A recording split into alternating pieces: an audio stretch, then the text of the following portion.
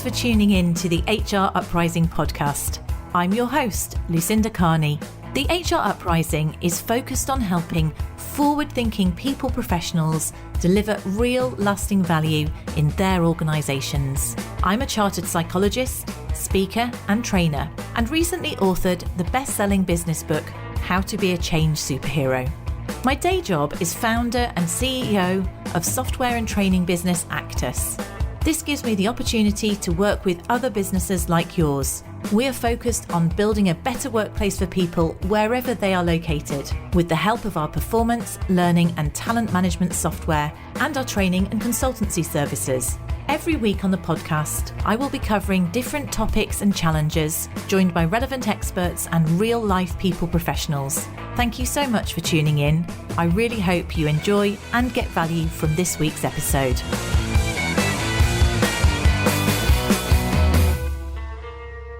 Hello and welcome to this week's HR Uprising podcast. And I'm so excited to start 2024 with Gethin Nadin, an absolute expert in wellbeing. And this is our focus area. What do we need to know about wellbeing for ourselves and the people that work with us? What works, what doesn't work? So I'm really looking forward to tapping into Gethin's expertise. Now, Gethin, you are a Chief Innovation Officer at Benefix, but also you've written a number of books, you're a speaker.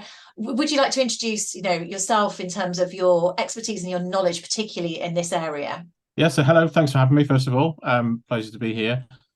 So I'm an award-winning psychologist, written 2.5 books on workplace wellbeing. Both have been bestsellers. The third one is being written at the moment, so that'll be coming out at some point in 2024.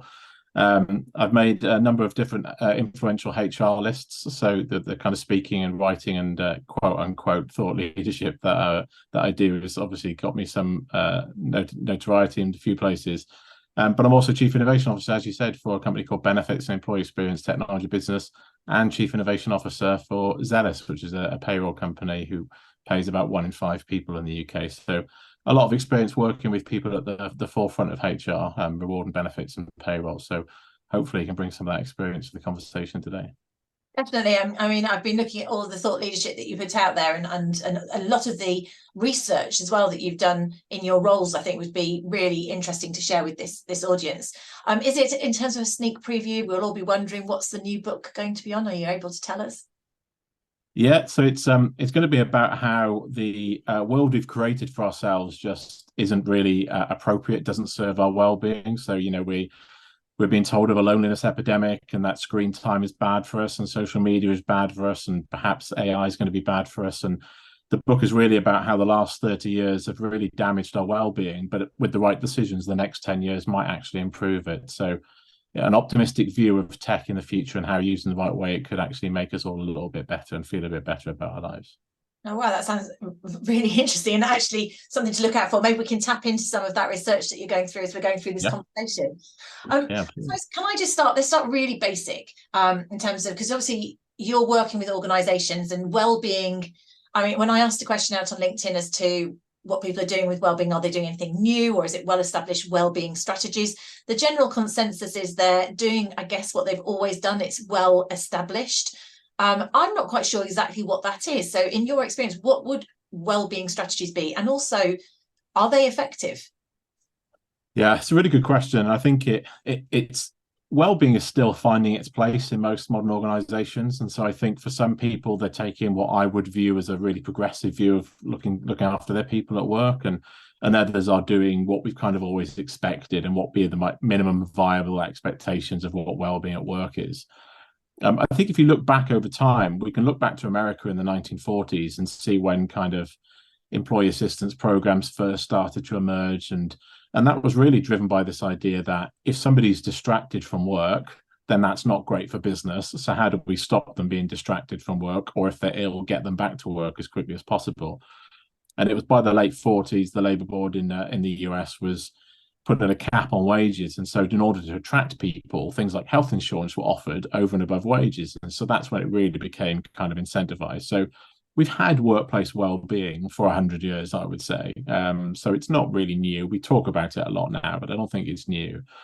But I think what started to change is by the 1980s, we started to see some of this research emerge that actually well-being at work wasn't just about stopping people from being ill and away from their desks or away from their workstations. It was actually that we started to see this drip of research saying, actually, the better you take care of your people, the better your organization is. And by the turn of the millennium, we started to see this really rich data set that said, actually, the healthiest and happiest organizations produce more, are more innovative, create greater stock returns and profitability. And so we really started to see that well-being became a driver of organizational success, not just a risk limiting activity. And so I think nowadays, because of that, we've got some people who are still back in that kind of 1940s. If you're ill, I want you to get it better and back at work as quickly as possible, because I don't want to see that loss in productivity or performance. Versus those other companies and some big names we'll be familiar with who do a huge amount where the work-life balance is really important, making sure people are happy and healthy at home, because they'll bring that attitude and that experience to work and create better work experiences as well. All those things are kind of happening at the same time. And I think at the same time, we're also seeing a couple of large US, largely employers, who are maybe trying to dial this back and go back to this old world where, you work for us and we tell you what to do and you come here and you get paid and that's the end of the relationship. So a real mix at the moment, I think, of where people are. So I think it would stand to reason that people will be in very different places at the moment. They might be quite advanced. This still might be quite new to them and their organization. And resource plays a big part in that, right? If you're a big Unilever and can spend billions on investing in your people, that's great. But if you're a small SME that sees all this stuff but can't actually enact any of it, you're going to be at a very different level as well.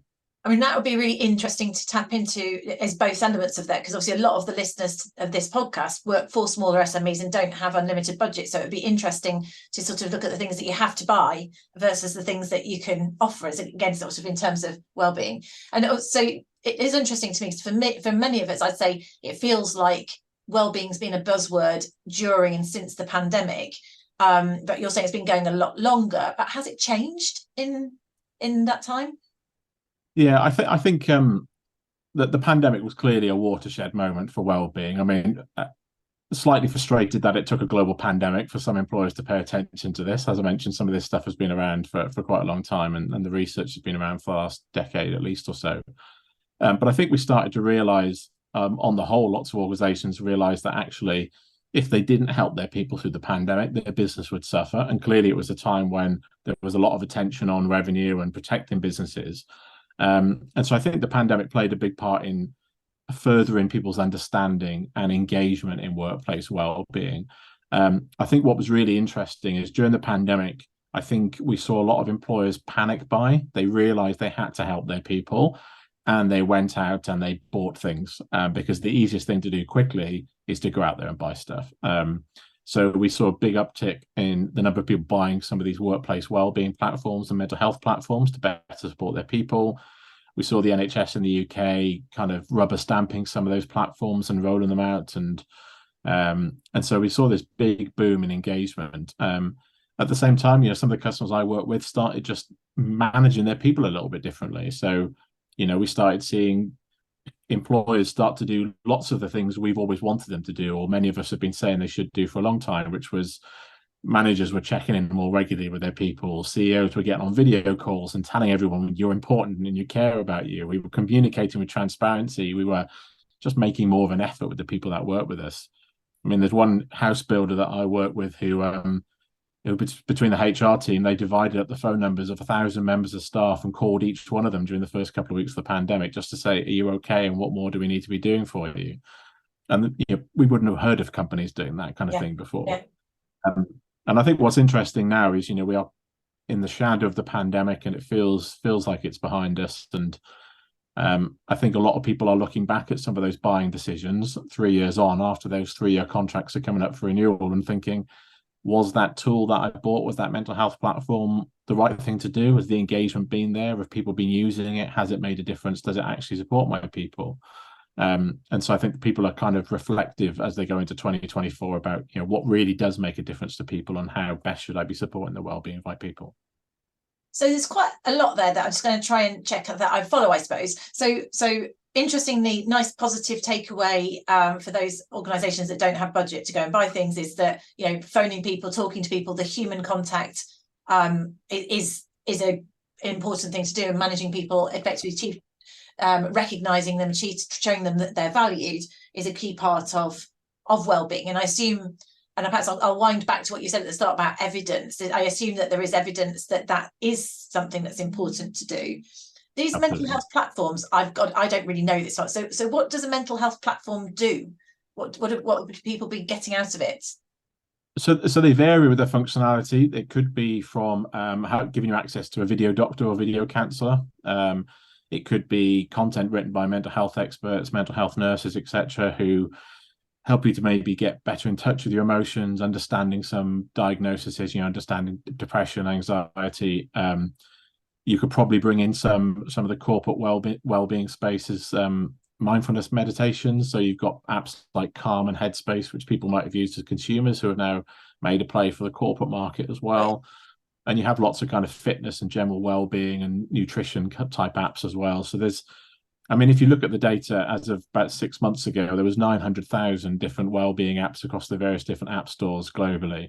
So It's big business. The global wellness market is now worth something like $60 billion a year. It's huge business. And, you've got celebrities selling candles under the guise of wellness now. So it's become a really convoluted and murky place. And workplace well-being is no different. Workplace well-being has got, you've got people who are helping you save for the future, to relieve yourself of debt, getting some financial education, getting more physical exercise, getting more nutrition therapy, and all this kind of stuff. So very broad church is now being offered in the workplace across various different apps and platforms.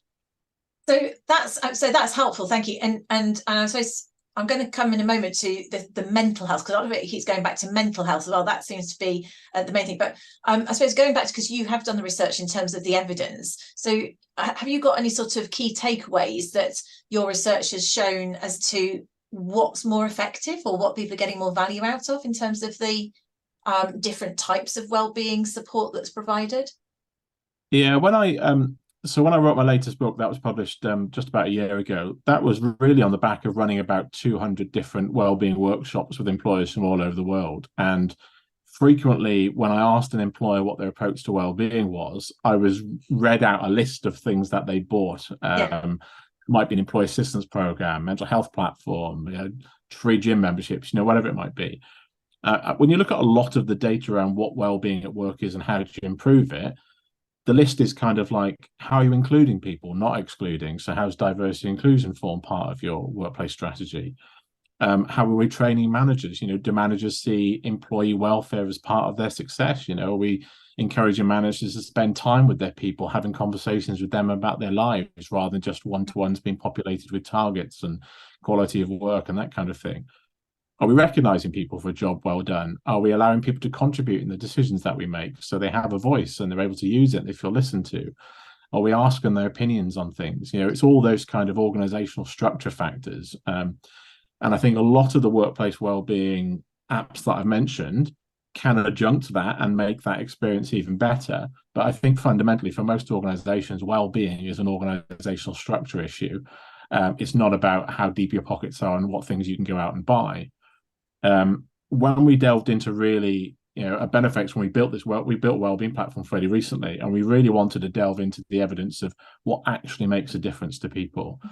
And we summarized that it was what we called low intensity wellbeing interventions, which were, how do we just give people a few more of the skills and education they need to better support their lifestyle? So, one of the big stats that's touted in the mental health space is, 1 in 3 of us or 1 in 4 of us will get a serious mental health condition in our lifetime. But that means for most organizations, and the figure will actually be less than this, 75% of your people aren't struggling. 75% of your people do not have a serious mental health condition. But those people still get divorced and have arguments with their spouse or their partners. They lose their jobs. They get long-term ill health. All these things that affect our well-being. And most people, according to the data, do not really have the skills to understand their own emotions or how to better deal with some of those things. So how can they learn maybe sleeping a little bit better buffers against the effects of stress, so it doesn't stop it? And if you're going through divorce An employer can't stop that, but could an employer give you some of the tools that help you just deal better and cope a little bit better with life? And so we think most wellbeing platforms should just be helping everybody to just be a bit better than they are now. Doesn't mean they have to be in a place of negative well-being. It just means that we can do a few things that mean we can help you feel a bit better about yourself, have better relationship with yourself or your colleagues, sleep better, eat slightly better. It's not about getting somebody from being in a really negative well-being position to suddenly, be in a really good headspace and be able to run a marathon every week. It's about how do you actually get somebody to cope better with life. And I think, again, if you put that next to the organizational structure stuff, I think that becomes the kind of secret sauce to creating a culture of well-being in your organization. And it's interesting, actually, you just use the word culture, because I was thinking some of that would be cultural. So, I'll get you to explain a bit more about the structure that you use, but there'll also be something about like the role modeling. And again, you can do that in a small business, can't you? You could be a small business where you are encouraging people to be present, all the way through, or you could be a small business that says, actually, go out and exercise at lunchtime, or weave these things into your life, and support it in that way, and having line managers that encourage that. Is that so? When you said the organizational structure, what are you meaning by that?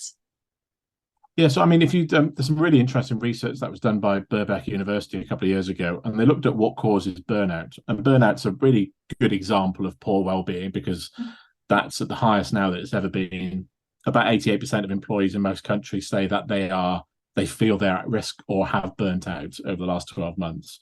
And when you look at the reasons why people burn out, what we tend to do is give people the tools to self-medicate to fix burnout. What we don't do is stop burnout from happening in the first place. Prevention, okay. Some really good examples I pulled out in the latest book was you had some big employers around the world who surveyed their people. Their people said they were burnt out, so they gave them a paid week off. And we were like, I'm sure that's beneficial to some people, but you weren't actually fixing the reason. These people are going to have a week off paid and then go back into the same organization that burned them out. Full inbox. Yeah, exactly.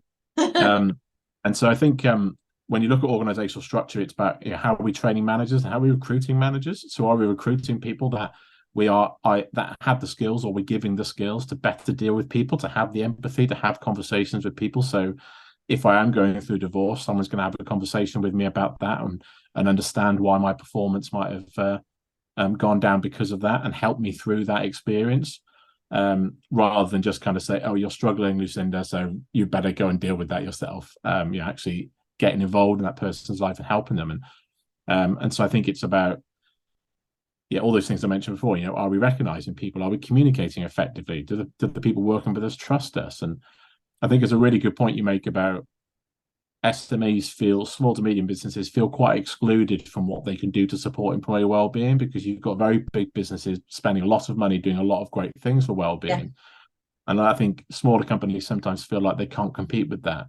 But to your point, you can, if you employ 50 people, you can get them in a room and you can have one-to-ones with them. It's much more difficult to do that when you employ 50,000 people. Yeah. And you can create a more consistent culture in a smaller business. You could be that person that says, this is how we manage people, and it's about treating people as human beings. In a larger business, well, it becomes more cultural, but you could have pockets of people that don't, it could be more patchy, I guess, in that sort of thing. I think most experts would tell you that, if you're starting your own business and you're on an upward trajectory, try and keep it below 100 people for as long as you can. Because as soon as you start getting the complexities of numbers of employees, a lot of this cultural and well-being stuff becomes more difficult. And that's why for lots of those big businesses, the tech enablement, going out and buying tech and buying well-being platforms serves a purpose, because you can give some support to 50,000 people at once effectively. Yeah, so it's not about sort of box ticking. It's actually, is it effective for people? Is it doing what it needs to do? And I guess you could have spent huge amounts of money on a well-being platform, but if the culture is such, or people are not motivated to engage with it, or they feel it's stigmatized, or their manager won't give them the time to do it, then you're not going to get value out of it in any way, I guess, in terms of that. So the culture that wraps around it and the messaging is going to be, still have a massive impact. Yeah, if you think about, if people are going to go onto a platform, like ours or anyone, there'll be some element of an employee giving up some data so they can understand what is the wellbeing challenge I need to solve. And why would you give that data to an employer that you didn't trust was going to use that in a way that was going to make your life better? So you've got to have that positive culture, and then these apps and platforms just become the icing on the cake, really. But they can't, exactly as you said, the be all and end all. And I think that's what we found during the pandemic, was those people went out and bought something, but didn't really look at all the other things they could do. And so, people, lots of employees, I think, were looking through the side of their eye thinking, why is this being rolled out when I'm being told to go on furlough or take a 20% pay cut? It conflicts with those messages. And so just staying with the mental health piece, and you're saying that actually, do you think it's having disproportionate emphasis now? Because a lot of we hear about mental health there, but you're saying, but actually only 25%, it would actually have a crisis, let's say, at some point in their lifetime. Is it about, and I hear you're saying about more prevention, so is this about people just, I suppose, looking at it genuinely as well-being, managing your health, your sleep, your nutrition, your mindfulness, all of those things, creating that kind of thing. So that is preventing, it could be physical problems, in fairness, as well as mental health problems. But do you think that, I don't know the question, and this is maybe a philosophical question, and I don't know whether if there is an answer. Are there more mental health issues? Is it getting disproportionate focus, or is it just that it's been swept under the carpet and was stigmatized before, and now it's getting an appropriate focus? What's your take on that? I think it's a good question. I think it's probably a little bit of all of the above. I think what's really interesting is clearly it was stigmatized for such a long time, and people suffering on their own, those problems have got worse. Early intervention can't be practiced if the individual isn't going to go and ask for help and feels like the conditions are right for them to be open about their struggles. I do think we risk talking about it too much. I think the more we talk about mental health, we can actually risk normalizing it too much. Because, if you look at some of the data during the pandemic, 20% of people that had never had a serious mental health condition before, or even never had self-reported poor mental health, said they struggled for the first time. So that's 1 in 5 people during the pandemic said, I'm struggling with my mental health for the first time ever. When you look at men during the pandemic in the UK in particular, the vast majority of those didn't ask for help or didn't tell anyone they were struggling because, and I'm paraphrasing, and the general consensus was, well, we're all in the same boat. Everyone's struggling, so I'm no special.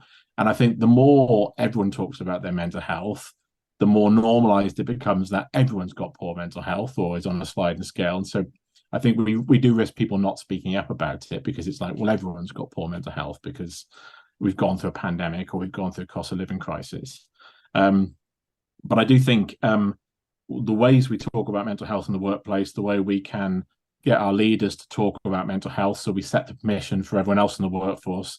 I think it's really, celebrities have jumped on this quite a lot, and I think it's a good marketing tool to have somebody talk about mental health at the moment. And I think when leaders really are acting vulnerable, talking about their own challenges, and actually saying, you could be the CEO of a business and you can still cry yourself to sleep because something understandably bad has happened to you in your life, that sets a really nice precedent for employees to say, well, I can struggle too, and I shouldn't be hiding this. So I think the organisation has got a really strong role to play in supporting that way, because I think actually in all reality, the support just isn't there in most countries at state level. And interestingly, so there's two things to this. So the people who are struggling with poor mental health, in most developed countries, it's massively underfunded at state level. So it'll take you a long time to get the support, and you might not even get the appropriate support. So in the UK at the moment, if you want, depending on where you live in the country, if you wanted cognitive behavioural therapy for a mental health issue, you might be waiting 12 months for that. Lots of the employers I work with can get you access to that today. So through the private mechanism, so there's that piece. So actually better for the employee, better for the employer. Yeah. The other side of that is 50% of people's poor mental health, from the research I've done, is down to modifiable lifestyle behaviour changes. So actually, it's not in people's some people have got it genetically, some people are predispositioned to get poor mental health, but most of those conditions aren't. The same with cancer and heart disease. It's not in our destinies. You can change that through some of these behaviour changes. And if you do that for employees, better for them, but you also prevent the employer from falling into a position where they're having to deal with more challenges. And people getting cancer and poor mental health in your workforce is a cost to you, because insurances kick in and premiums go up. employees are less productive, they're not there as much, you have to backfill, recruitment retention becomes a problem. So getting this right, I think, is really about organizational success, not just about employee well-being. And I think that's why it's getting a lot more attention as well. I think you bring through a really interesting point there, which is from a cultural point of view, which resonates really, because really what we're saying, I mean, if you go back to the pandemic, when I was doing webinars and things like that, because everyone was online, the most common thing people would say is that their well-being or their mental health was fluctuating. And actually, if you think about it, that's completely natural for people. In terms of, we're not all static every day. We've got various things playing into things. We've got life, you've got how well you've slept, you've got environmental factors, you've got hormones, diet, all these sort of things which play into it. But the key that you're saying is not over normalizing. It's not saying I've got to have a mental health issue to be, I don't know, cool. It's almost certain things that you see, or diagnoses now that you see so commonly that it feels like there's almost a fad around it. But the point that I feel is quite useful, if I was trying to create a culture of well-being, is a culture of personal responsibility for your well-being. So we give you that, and we say, and actually, here's the education. And you know what, if you do go out and exercise, I'm not saying you have to sit at your desk for 8 hours a day. That's not going to help you be productive or otherwise. And take responsibility to get the help, and to use the modifiable lifestyle factors as well. So it's their responsibility rather than being attracted to going, oh, I've got mental health issues, and etc. etc. So it's not stigmatizing, it's also giving responsibility. And I think what helps, and what we're finding helps at the moment, is when you can articulate to the employee why it's good business that they take care of themselves. So we can make some very clear links between individual well-being and performance and productivity. And as I mentioned at the start, all these measures of success across whatever industry you're in. Customer service gets better, customer loyalty improves, innovation increases, collaboration gets better. People who are happy and healthy sell more. So actually, when the business goes to somebody and says, Lucinda, I want you to take care of your well-being today, and you need you to go out for a walk because you've been in all day, or I need you to practice some mindfulness or have some moment of quiet reflection away from a screen, because that is part of your performance as well as your well-being. I think when you deliver those messages, people start to understand why the workplace cares. And I think, when more people do that, it benefits both. And I think from an organizational point of view, historically, and especially since the pandemic, we focused on those employees who are at point of crisis, and the squeaky wheel gets the oil, the loudest voices, the people with a condition, whether that's physical or mental, that needs fixing, have got the attention. When the reality is, it's that 75% of people that are at potential of slipping, who I would describe as at risk, that are dealing with the ups and downs of life, and if they don't deal with it correctly, they could become the statistic that means it's going to cost you money and it's going to challenge your business. And it's difficult to get employers to think about long-term preventative measures, because you're trying to get somebody to invest in a future they can't see yet. But we put a helmet on when we ride a bike, we put our seatbelt on when we get in our cars, because we know if we get that wrong, if the worst should happen, that's going to create a really bad scenario for us. And I think employers really need to understand that this gets worse for them if they don't do something. Yes. And that's why well-being needs to feature in most organizations in some form or another, because they need to understand that they are not going to get wherever they need to be, whatever success looks like for them, if they don't take better care of the people that work with them. Yeah, so it's a mutual responsibility, but it's not a soft and fluffy doing, just to be nice. It's actually, this is good business, keeping people well to be productive. And I do feel with many people working remotely, it's almost more important for it to be personal responsibility. I'm not quite sure why, because if you're in an office, maybe you didn't have less time, but you've certainly, you could glue yourself to the desk. You have, in principle, got more choice as to how you weave things around your day, I think. In terms of this, it just feels like it's more the case of the individual has to schedule in and value it and place importance on it to get the best out of it. So I'm sure, I mean, we can talk further in terms of that. We were before we came on air, we were talking a little bit about future and future themes, and you mentioned AI and stuff like that, which seems to be a regular theme that in HR type areas, I'm always interested as to what part that might play in something like this. What's your view on that? Well, I think that's what's given me the inspiration for the book that'll be coming out next year is actually when you look at what the promise of AI, like the promise of most new tech that enters our life, is that it will make us more productive. If you look at something like a mobile phone took about 30 full days of admin away from us every year as individuals. So, as a tech tool, that has enhanced our lives because it stopped us, and email, the internet, all of those things are just the kind of things. And so the promise of AI, when you look at all the emerging research, is that it will do the same. And some of the very early studies suggest about 20% of everybody's job they'll get more productive because of AI, or 20% of their tasks will be taken away from them because of AI at some point in the very near future. To put that in context of how quickly that's happening, if you take something like a large natural language processing model like ChatGPT or ChatGPT-4, that's just about had its 1 year anniversary recently. So still very new technology. If you applied the rate at how quickly that's developing and improving to something else that we use in our lives, like again, a mobile phone, your mobile phone battery at the moment will probably last you 8 to 10 hours perhaps. If we applied the same rate of development that some of this AI is going through to your phone battery, by this time next year, you would never have to charge your battery. You'd buy a new phone and you would never, ever charge it for the life you had the phone. So really, really rapidly. And I think this is why it's coming up so much in HR conversations is the pace of development is scary, and it's making governments nervous, and governments are making some decisions around regulation and all that kind of stuff. But if you start to think about if AI is going to impact people, when you look at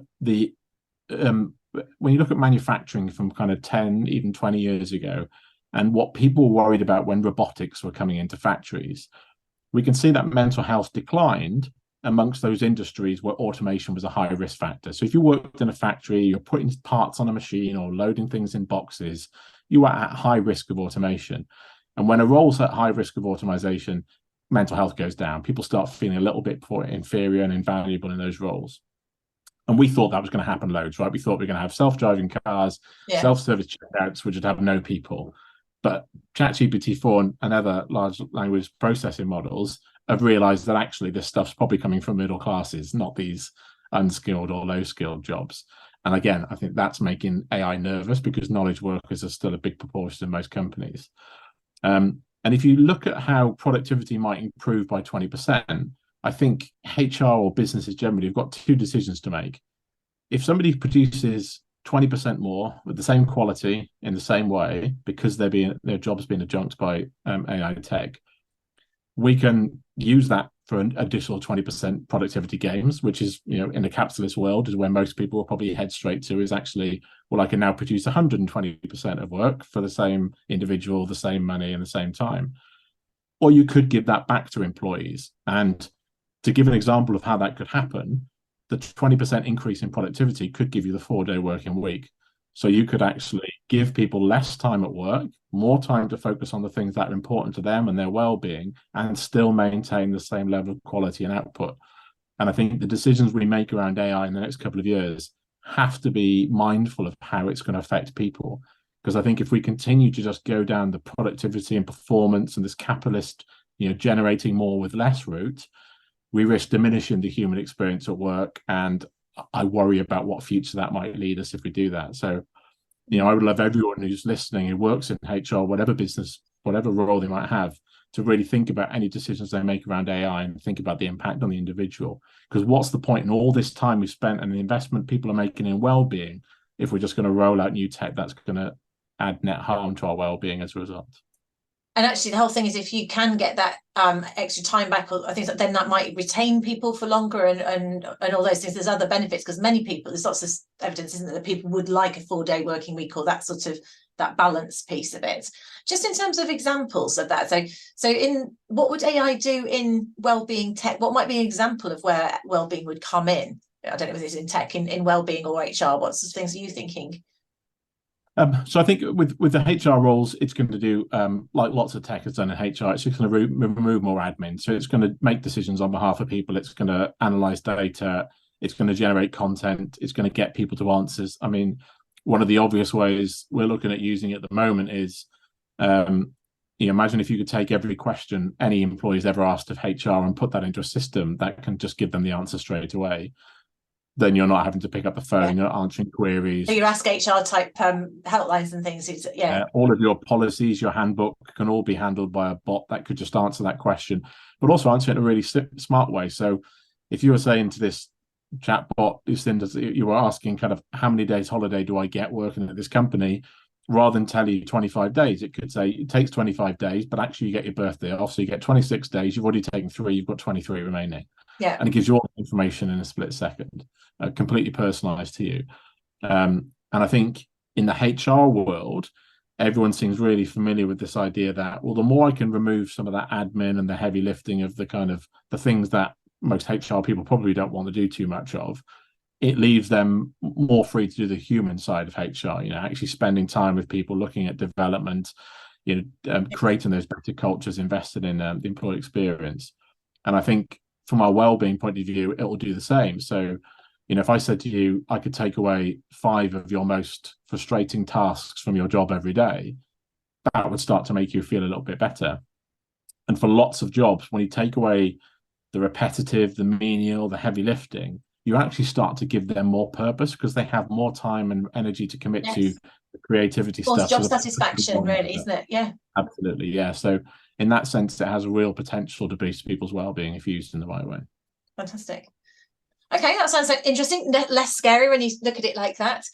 So I'm conscious of time, so thank you, Gethin. It's been such an interesting conversation with you.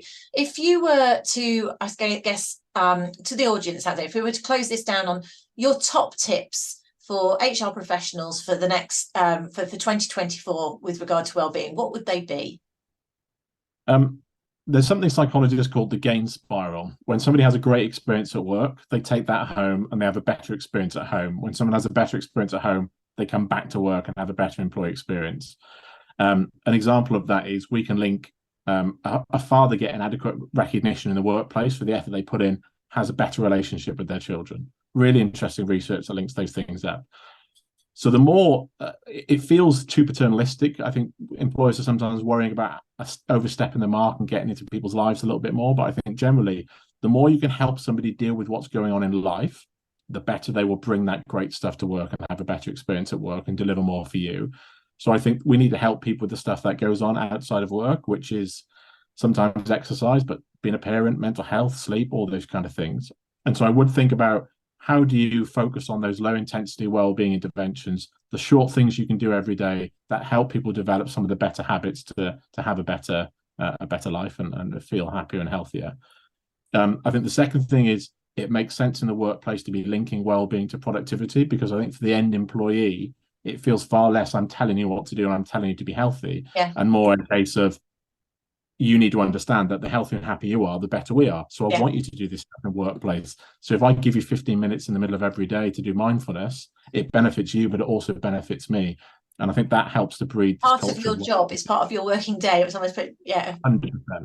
And the third thing is, I think we need to have more vulnerability at management level. I think the more we can show that empathy by telling our own stories and our own struggles, the more we give people the permission to speak up. And the more people speak up and tell their manager about their trouble, the more we can practice that early intervention. So we get more of that 75% of people not falling into the 25%. And I think the only way we'll deal with the increasing prevalence of mental health is to go up the river and find out why people are falling in the first place, rather than just keep dragging them out the wreckage all the time. So back to prevention, actually, isn't it? And a lot of it's very human prevention, supporting people, normalising it, good habits, good lifestyle. So Gethin, we've covered so much really interesting stuff there. Whether we've gone through structures, we've talked about everything from wellbeing platforms, are we getting value in them, to actually doing things with personal management of time and things like that. So the power of the individual and the line manager. We've talked about what works, what doesn't work.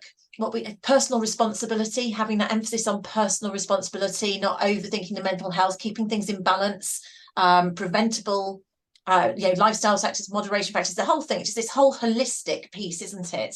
There, in terms of a real sort of holistic way of working with people.